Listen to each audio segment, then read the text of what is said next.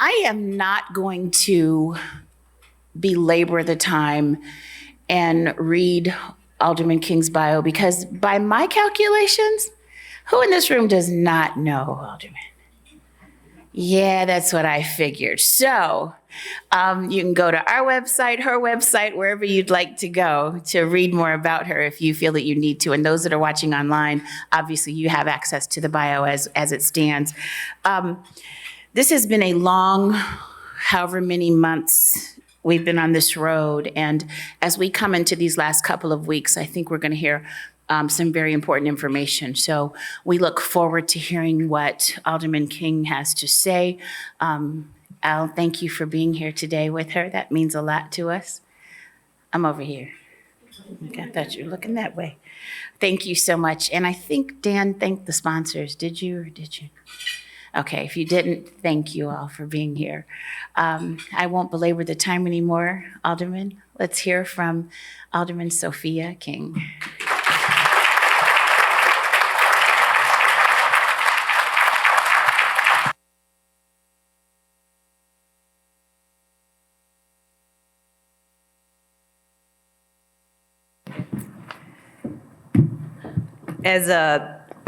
As a teacher, former teacher, I appreciate her style because most people know, you raise your hand to be quiet, but really in a classroom, if you want people to be quiet, you just start talking a little bit lower so that people can hear you and they're quiet. And Jackie has that style to bring us all together. So good morning, everyone. Good morning. And thank you all for being here. Thank you to the City Club, to Dan, Omar, Jackie. Appreciate your hospitality here. And to all of you who came out this morning, it's an honor for me to be here today before you all to share our vision for the city that we all love. But before I begin, I'd be remiss if I didn't thank my team back there that Jackie acknowledged. Yes, youth, exuberance, experience, expertise. You're only as good as your team. So special shout out to them. My sister is in the audience. Just want to say hello to her. If you see her, sometimes she doubles as me, which is a good thing. Remember the Bud Billiken parade where you ran on one side, I ran on the, well, anyway, it's our hidden secret. But she's my baby sister, so happy to have her here. And definitely my husband, who's been my rock, Alan King, lawyer to some, DJ to others, husband to me. Thank you for all of your support. And of course, all of my friends, I could not begin to name all of my friends who are here, but it's always good to see you, and along the campaign trail, when you guys show up, it's just extra special to get that hug from all of you. So thank you for being here. And then, of course, all of the Chicagoans who have humbly gotten behind our vision. Thank you. Thank you to all of you for getting behind our vision. It's definitely catching on. And I'm especially grateful that so many of you are here, because the polls would suggest that nobody knows me. But we also know that the polls aren't always right, and everybody has one. There's a saying, I won't go into it, but I think some of you know it. But so for those of you who don't know me, I'm Sophia King. I've been serving the city for the past 6.5 years as alderman. It's a city that I love, that I know all of you love, but we are truly, at a pivotal point in this city. There is a lot of dissension between the administration and the police and our teachers. with all of my colleagues leaving, 16 of us leaving the city council. We're truly at a pivotal point. And we really need some stability in the city. Chicago deserves a mayor who truly leads with collaboration to get things done. And that's what I'm offering. I will be a mayor that leads with collaboration to bring us all together to get things done. And I've shown this over the past 6.5 years as alderman of the Fourth Ward in Chicago, whether it's leading the fight for a $15 minimum wage, which really brought, both advocates and adversaries together. And we ended up with landmark legislation. We sat down at a table, we came together, we talked about the upsides and downsides, and came up with landmark legislation. And really, truly, we know now that 15 isn't enough, that, people aren't working for $20 an hour now. So we were really ahead of our time. But I think the biggest piece of that is really coming together to talk about how it will impact everybody, and then coming out with solutions and decisions. We did this also with the Michael Reese development, a development that's one of 4 striking developments in the city of Chicago, right? We've got the 78, we've got Lincoln Yards, we've got the Obama Library, and the former Michael Reese site, now called Bronzeville Lakefront. But the difference with all of those is that ours didn't have any, I will say, public dissension. We were in rooms talking about what our priorities were, what the community's priorities were, what the developer wanted. But grown people came in a room, talked about those things, and very passionate, and came out with solutions. And now it's being heralded as one of the most equitable developments in the city. That's the type of leadership that we need, that comes in a room, hears all sides, and comes out with hard solutions. Now we've got a $25 million commitment for education. We've got a 20% commitment for affordable housing on site. We've got a commitment to 60% diversity. These are things that we can do. It can show that both the developer can have an upside and the community can have an upside. That power of and, which you will continue to hear, but it's powerful. We don't have to accept these false narratives that separate us as a city, as a community. And so these are some of the things that I will continue to do and lead with by bringing the community together, making hard decisions, and moving forward as a city. But Chicago also deserves a mayor that can represent the entire city, not just segregated parts of our city. I keep telling people I represent a very diverse microcosm of the city of Chicago, from downtown Jackson all the way to Hyde Park, with Bronzeville in the middle. I've got 5 times as much lakefront as anybody else. Soldier Field, hopefully the Bears will still be there. Northerly Island, Grant Park, Museum Campus, some of the richest places in the city, some of the most under-resourced areas in the city. But cranes are flying in every single part of the city. Again, showing that if we come together and lead with collaboration, that we can get things done as a city. Michigan Avenue, we had 1000M. During the turn down in the economy, they were gonna stop because they said they wanted to build condos, and that's what the planned development said. But we went back to the community and we said, listen, there's been a turn in the economy. They need to be able to switch to rental units. There was pushback, but we talked. And now cranes are flying, they're rental units, community's happy. Same in Bronzeville. We've got tons of development that's going on there. And minority participation, 40% is a floor in the billions of dollars of development that we have going. So we're not listening to these false narratives that are out there. We are building our city together. We're doing it in an equitable fashion. And it's making our community better and stronger. An equitable Chicago is a strong Chicago. We will continue to do that.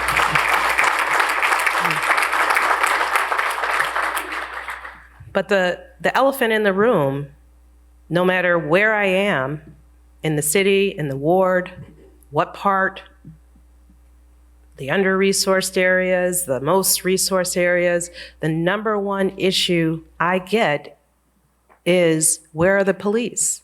We want more police presence. That is the number one question that I get, which tells me that there is still a respect and a deference for our police.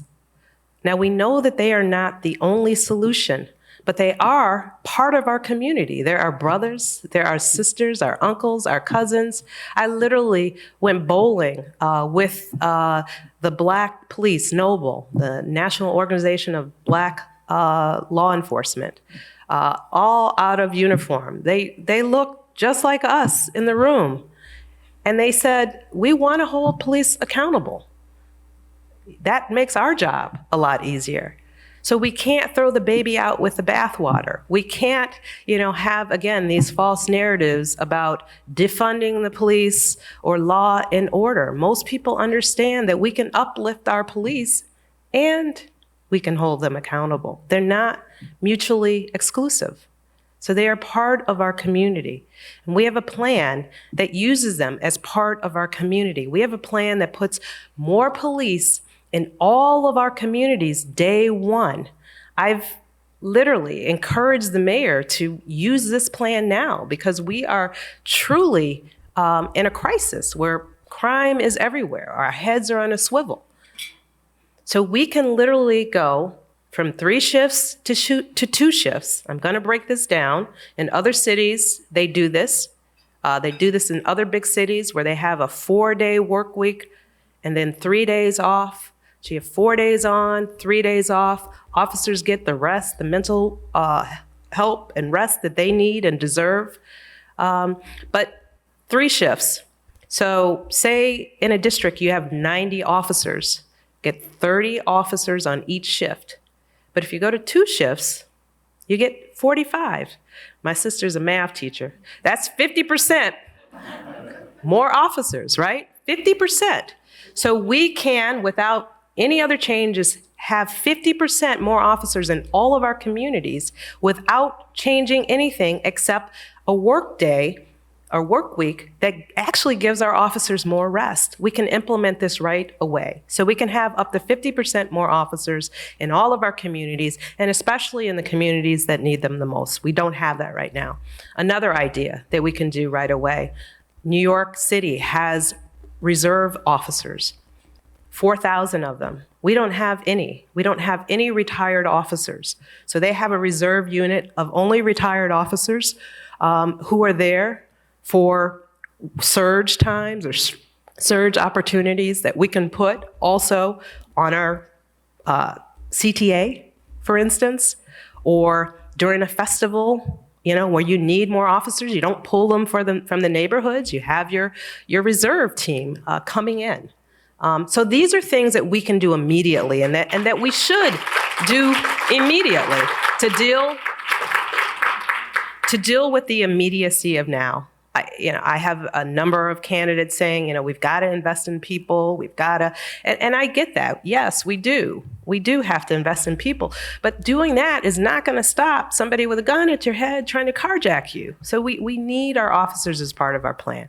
Again, they're not the only solution, which is why we also have a strong violence intervention plan. We have to get at the root causes.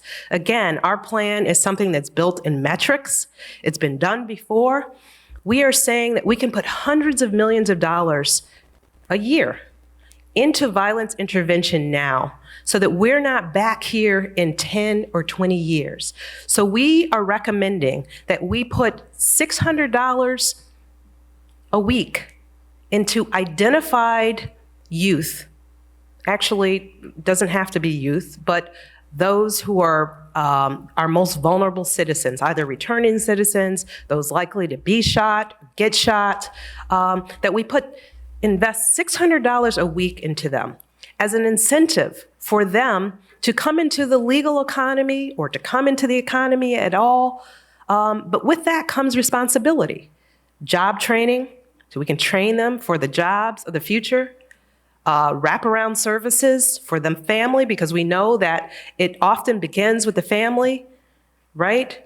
Mental health support, trauma-informed care, and it's the community that's doing this. They've done this in Boston. They've done this in other big cities.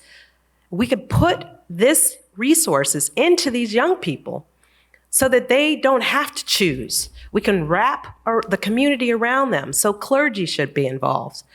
Our police are involved. The community comes and sits down with the family and said, look, Johnny's on the wrong path, but we can put you on the right path. And we can put resources into you now so that you don't have to choose the bad path that's going to end up with you not probably being here. And I've talked to violence intervention folks who work in this area, ECCSC, ex-cons for community and social change. And the leader told me one thing that I'll never forget. He said, a cub knows when a lion is in the room. And especially if that lion loves that cub. And so we need to escalate what they're doing in our communities to make sure, again, that we are not back here in 10 to 20 years. Because we've been here before. We've been here in the 90s. We've been here in the 70s. But probably the one that I learned the most, that shifted how I was thinking, was we were here in the 40s. In the 40s. The Italians, the Irish were fighting each other over another drug, alcohol, right? Remember that? But we put resources behind that. We called it the New Deal. We called it the 30-year mortgage. We called it the GI Bill, and we literally ended up with Lincoln Park.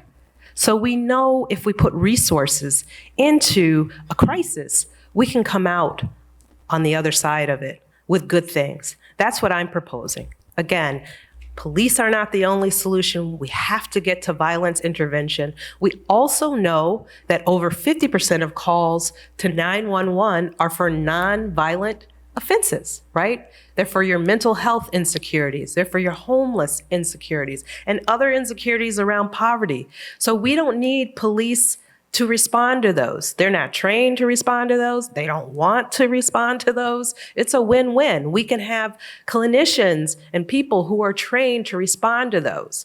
Guess what? We helped start a pilot program that actually exists in our city right now in 3 different districts where you've got non-police responding, fire, clinicians who are responding, but it's only 3 hours a day in 3 different police districts. We need to escalate that. And we gave this administration money to escalate that. We gave her money. We gave her $85 million to put into violence intervention in 2022, and less than 5 got out the door. I don't even know if the 5 is out the door, quite frankly. And it's 2023. So if this is a priority, we have to make it a priority. So again, a very comprehensive approach to violence. Police are part of that, violence intervention, alternative responses to policing. We also know that our kids are disengaged. We have to engage them. As an educator, I know that the best thing you can do for a young person is find out where they're passionate for 2 reasons. Same thing I did with my kid. You want to find out what they're interested in, feed their passion because you want them to be a whole person. But pragmatically, you also want to hold it over their head when they're out of line, right? I mean, you know this. So there's no reason why K through 12, we shouldn't have an engagement program. It's low cost. In our ward, we literally spent $6,000 each school. We have 6 elementary schools. We had a nonprofit. We put $6,000 into each school, and they were able to have after-school programs, soccer, chess, tennis. We have to put that money into our kids now so they're engaged. We cut all these things and we wonder why kids have gone awry. as a chemistry teacher, I know that chaos is actually the way that the world is set up for chaos. It's really, and we have to plan and make sure that we have order.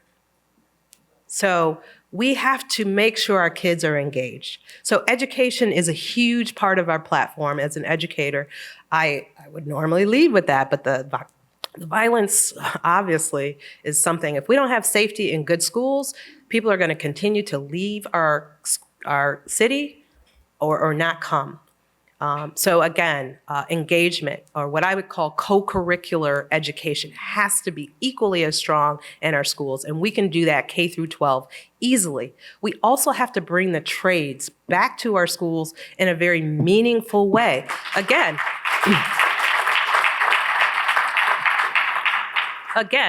we can't throw the baby out with the bathwater. We can do both. We can prepare our kids for college, and we can prepare them for the trades, for the tech industry, for the jobs of the future. Over 60-70% of our jobs are in the tech industry.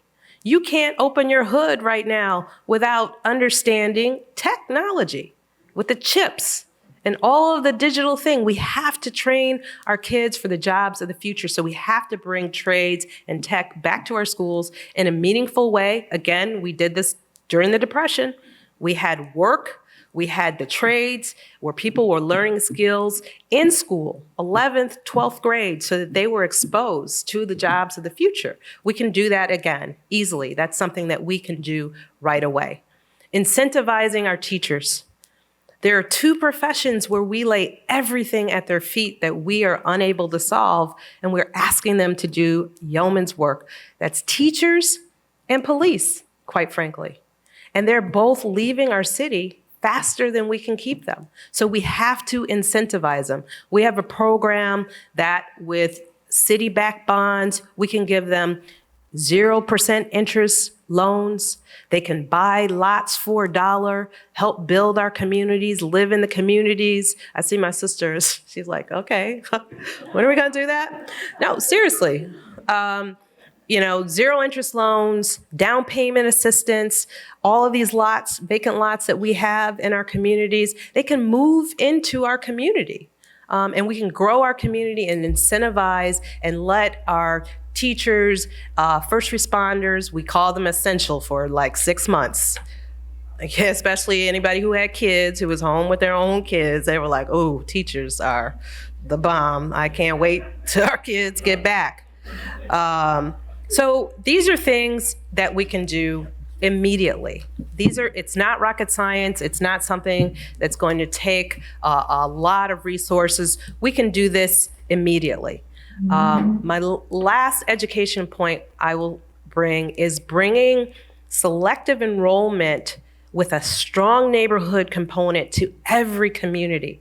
I have a school, Kenwood, the principal of Kenwood, raise your hand, please, Principal Calloway. Thank you. Kenwood is the best high school in the city. I can just say that unabashedly. It has test scores like Jones, which is a solely selective enrollment, also in my ward, selective enrollment school. But it's a neighborhood school. Everybody can go to Kenwood. It has a 7th and 8th grade selective enrollment program that feeds into the high school, and then the high school is a neighborhood school. And it has test scores like Jones. So we've been trying to make the outside look like what Principal Calloway has going on, and the inside putting resources into that school. But we can duplicate that type of school all over the city. Nothing to me drives economic development in a community like a great school. And so these are things that we can do. We can wrap that also in incentives to bring development and housing there. I would use a tool called opportunity zones, which they've tweaked in Congress now, to bring billions of dollars of incentives and developments to all of those under-resourced communities. So our community should be anchored in good schools and housing filled with our teachers and our first responders and other people who want to live there. And so we can begin to build our neighborhoods again. And we have to build downtown too. Again, we can build our neighborhoods and we can build downtown. Downtown is the heartbeat of our city. We cannot let it go. We live in a miraculous city. I believe it should be the Silicon Valley of the Midwest. And so we have to support tech, from kindergarten all the way through our businesses that are locating here. We can't have them continue to go to Atlanta. Literally, Atlanta is becoming the tech hub besides outside of Silicon Valley. And we can do that. We have the infrastructure. We have the diversity. We have the talent here that leaves us. We can't continue to let it leave the city of Chicago. We should harness it. We're an affordable city. We're not New York. We're not San Francisco. Hell, we got water. We're not California. Seriously. So the Department of Environment is seriously important because we can't take that for granted. But we are a great city. And we have to harness the power again of our great city and really let people know what's going on in Chicago. This is no time to be flying the plane and building it at the same time. We did that. What I'm offering is somebody with a track record of getting things done, of working with people, bringing them together to move projects together in a meaningful way. We have to come together as a city. I can't continue to stress that we cannot let these false narratives on the fringe control the narrative of our city. We are the city of big shoulders. We can do a lot of things together at once, which is why I keep saying that we can have safety and justice. We can uplift our police and hold them accountable. We can build our downtown and our neighborhoods. We can prepare our kids for college and the trades. An equitable Chicago is a strong Chicago. And a strong Chicago is a safe Chicago. Thank you all. Please join us. Thank you.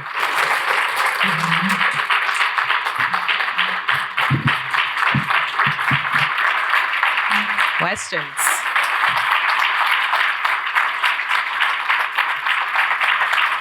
Thank you. Thank you.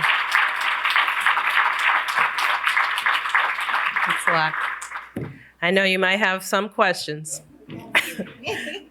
Did you take my sisters out? I did not. I actually, well, see, I could tell this is a crowd that knows the alderman because there are so few questions. No, that's okay. I'm going to give you a chance to get some water if you'd like. Yes, I'll take a sip. Thank you. We are going to figure this out. I don't know why we keep having these glasses of water up here. Why don't we just have a bottle of water? I don't know. Maybe that's just me. So the first question comes from Sandy. Omar, you probably want to talk to Sandy. She's not a member, but I think Loop might be, so you know. I'm not trying to bust anybody out here, but if you're not a member, Omar's probably going to come for you. And he's such a daunting guy. You know, you're going to look at him and be totally afraid as soon as you see him. So Sandy Reynolds' question is, with the Bears closing on the land in Arlington Heights, what would your administration's strategy be to maintain to grow Soldier Field's viability in Chicago? Good question. Yeah. So I would still seek to keep the Bears here. I think there's an opportunity. I mean, I believe it was really kind of a combative style that pushed them away to begin with. They need incentives no matter where they go. The Bears need incentives. They need incentives from the state. It's my position that we could make more money together, because I would make sure that it's a collaboration with the Bears in the city, because we could make money 7 days a week with all of the people who are in the city. It's where it's located. We can make it a 7-day kind of campus. And so I think that would be more attractive than having, kind of 1 day a week on game days or what have you. So I believe there's a model where we can keep the Bears in the city. I think we have to change the campus. I think the city is open to that. And we have to obviously have strong conversations with a lot of stakeholders. But I think if the state is going to give them incentives, it should be for the city of Chicago, because I think the upside for both the Bears and the city would be greater if it were in the city of Chicago. So I have not accepted that the Bears are leaving. I know they closed, on Arlington site, but they also said that does not mean that is where they will locate. So I would seek to sit down with them. In fact, I already called the president, the former president before, and that's where I had the cancer. And he specifically said to me, we cannot talk right now, but as soon as that deal closes, which it did, we can have conversations again. So I would seek to have those conversations and to bring the Bears here to the city. I think there's a model where, again, both the city can see an upside and the Bears can see an upside. So thank you for that question.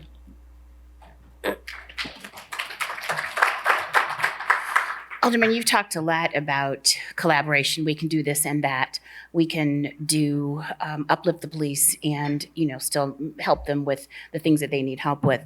Would you have an office or a team or a special persons in your administration to build that kind of thing out? Because I don't know that that's something that we have today. Yeah, no, we would definitely have a Department of Gun Violence Prevention, which we don't have in the city. Obviously, we have to address the consent decree, which we're not doing well. Fire the Proud Boy, not the officer who's over the consent decree. So we have to be more intentional about making sure that the relationship between police and our community is intentional.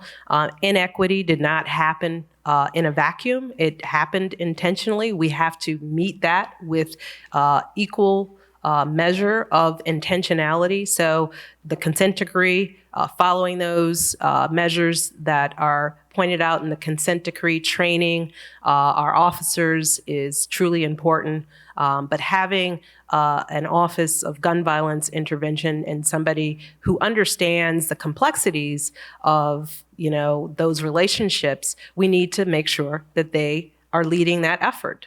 So I would definitely have an Office of Gun Violence Intervention that's funded, that again is making sure that we have violence intervention money going out the door, making sure that our alternative forms of policing are there, and also making sure that the police and community relationship starts to heal. But part of that comes with training, uplifting the police, having them feel a part of our community, and also taking measures to make sure that the community feels safe as well. And so those are things that would be led in our new Office of Gun Violence Prevention.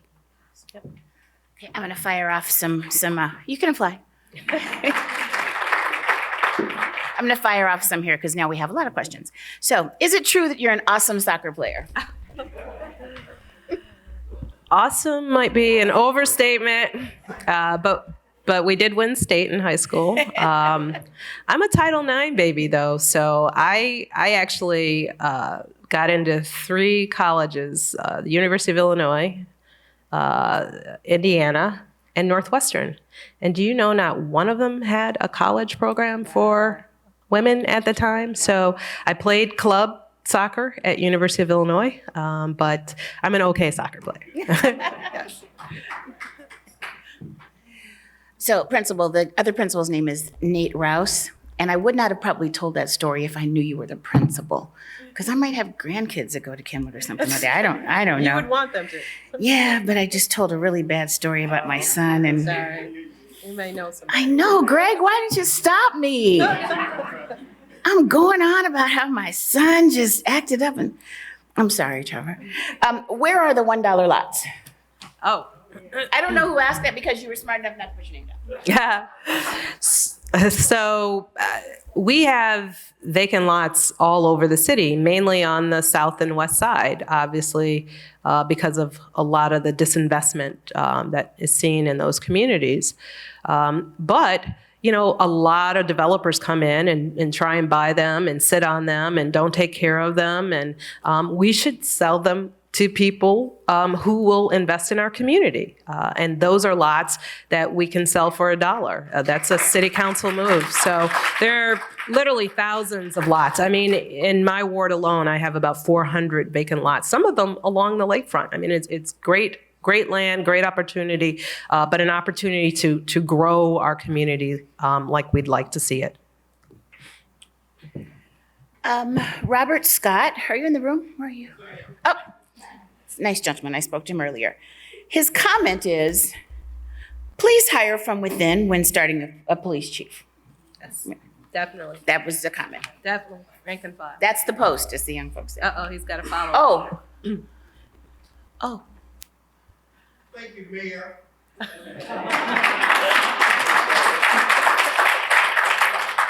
had a problem with the previous two mayors going outside of the city, hiring a police chief.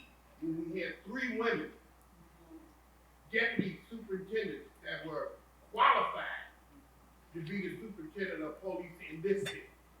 Right. We don't need to go to Texas or West Hill or anywhere else to hire anyone to police this city but someone that lives here and knows this city.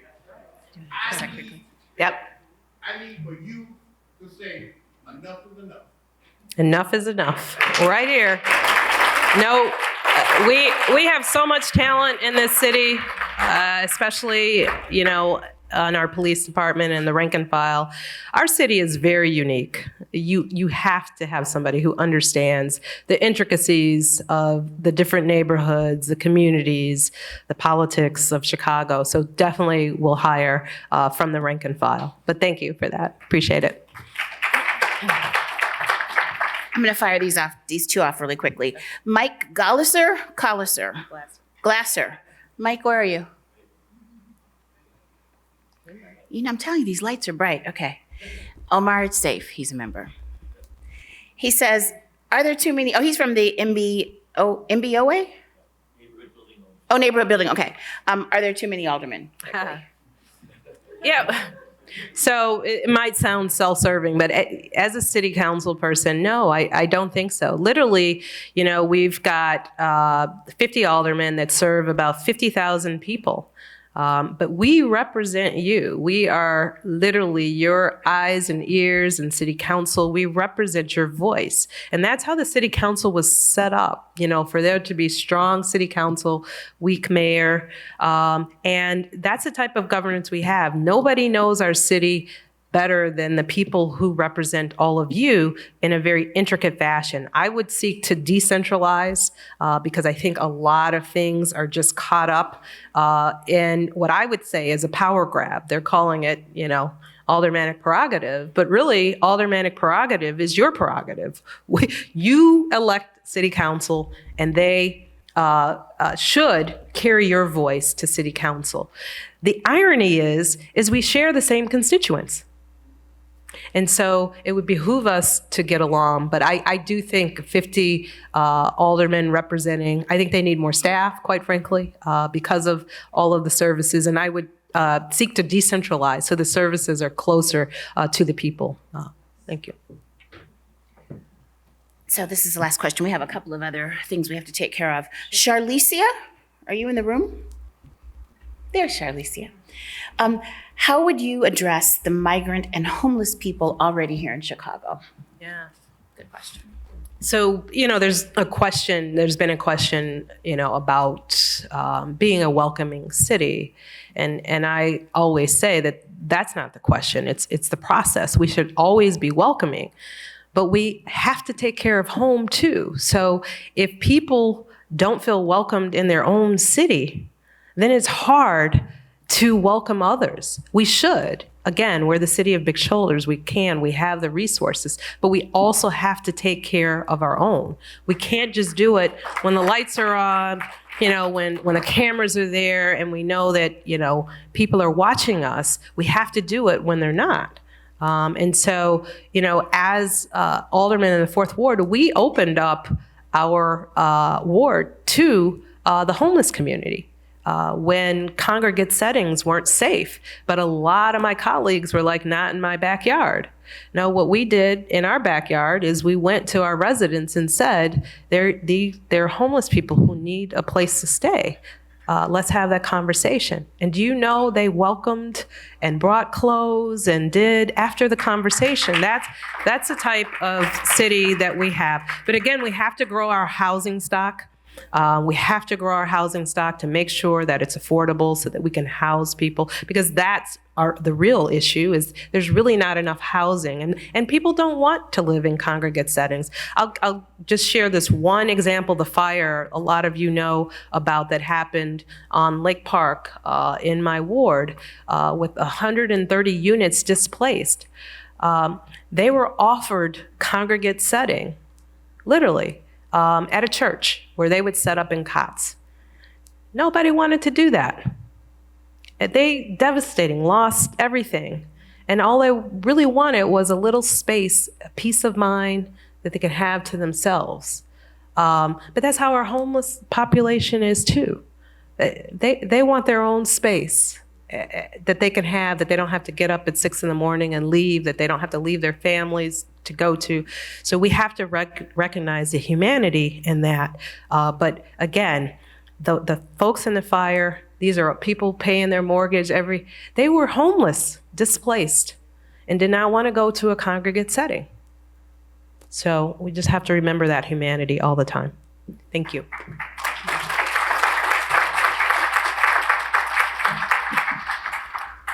Thank you, Alderman. Thank you. A couple of things. One, also thank you for last Thursday. You did a great. Don't go anywhere. You're not done yet. I've got to get people. Lately, all of our guests have been like, "Okay, I'm done. I got to get down." No, we have things we have to do. Did a great job on Thursday night. Thank you. For those who were not here, we had all of the candidates here, and it was a ton of fun. Who was here? I didn't get gonged. She did not get gonged. She did not get gonged. It was a great time. We had a wonderful DJ. I heard he's getting some pub, and I'll save my last point till just a second. I want to give you your membership. I know you've been here before, but thank you, and we hope you use it. You will use it. Thank you. And the other point I was going to make about last Thursday was Alpina Singh was our MC of sorts, and she made a craft drink. Greg, you missed it. It was a Chicago-style Manhattan called My Kind of Town. It was really, if you drink that kind of thing, somebody said I do. I heard that. One of your points, just so you know that your supporters are supporting you, I just read someone's lips as you were talking, and they said that's the way it should be about the homeless. So I saw that from the person who didn't think I saw it. So, let's see here. I'll just draw since we're running late on time. I'm closing my eyes. And the winner of the $200 gift certificate for dinner at Alpina Singh's restaurant. If you don't know who she is, she's a fabulous sommelier. You're like, I hope it's me, right? I hope it's you too. Let's see, it's not you. Oh. It's Kevin Pitts, Director of Donor Engagement at Big Shoulders Fund. So, Kevin, Amanda will take care of you. You have a wonderful $200 gift certificate to take someone out to dinner. How cool, right? How cool. If you have not been engaged with the City Club of Chicago, please plan to do so. We've got so much great programming coming, and Dan, our CEO, Amanda, our whole staff, They are just doing some wonderful new, I hear people saying, yes, I agree. They're doing a lot of hard work, and it allows me to go back and do the job that I get paid for. So they expect me down the street, so I better get back there. Thank you all so much for being here. Please look at our programming, and if you'd like to join, you're free to do so. And we've got a lot of good stuff coming up. So I'm gonna let you guys go and enjoy the rest of your day. We're gonna get a quick picture with Dan when he comes up. Thank you all so much. We appreciate you. We are adjourned. Thank you, Dan.